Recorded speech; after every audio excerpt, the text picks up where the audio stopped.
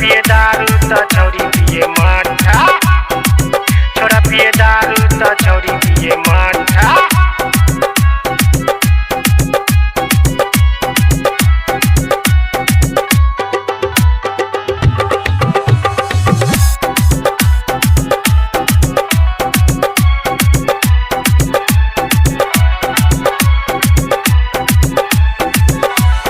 कलयुग जवान भेले छोरी पहलवान भेले, छोरी पहलवान भेले।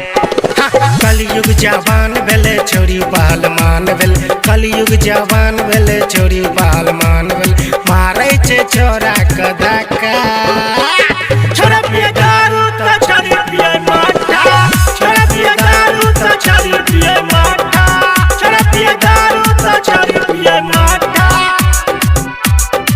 छोरा पिए दारू त छौरी पिए मट्ठा, छोरा पिए दारू त छौरी पिए मट्ठा।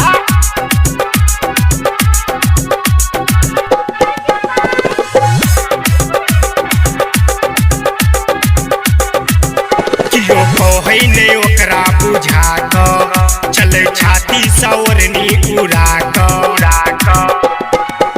कियो कहै नै ओकरा बुझा क, चले छाती सौरनी उड़ा क।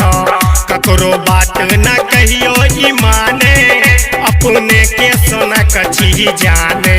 देखे में लागै छे पूरा टकाटा, छोरा पिए दारू त छौरी पिए मट्ठा, छोरा पिए दारू त छौरी पिए मट्ठा, छोरा पिए दारू त छौरी पिए मट्ठा, छोरा पिए दारू त छौरी पिए मट्ठा, छोरा पिए दारू त छौरी पिए मट्ठा, मट्ठा।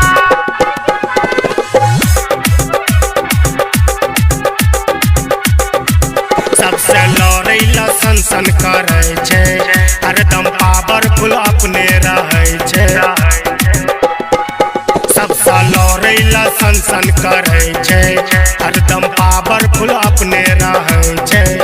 पिके कोनो ई टानी कमखरे, देखू छौरा सब तन ठारे।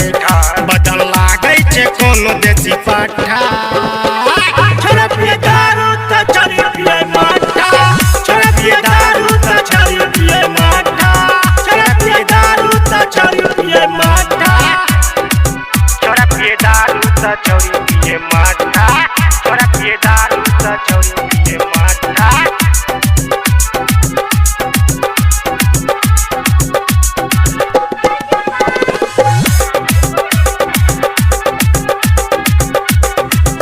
देखो पी के कौन भैया पड़ल छै, ओकरा सिद्ध बुद्ध नहीं तनिको रहल छै।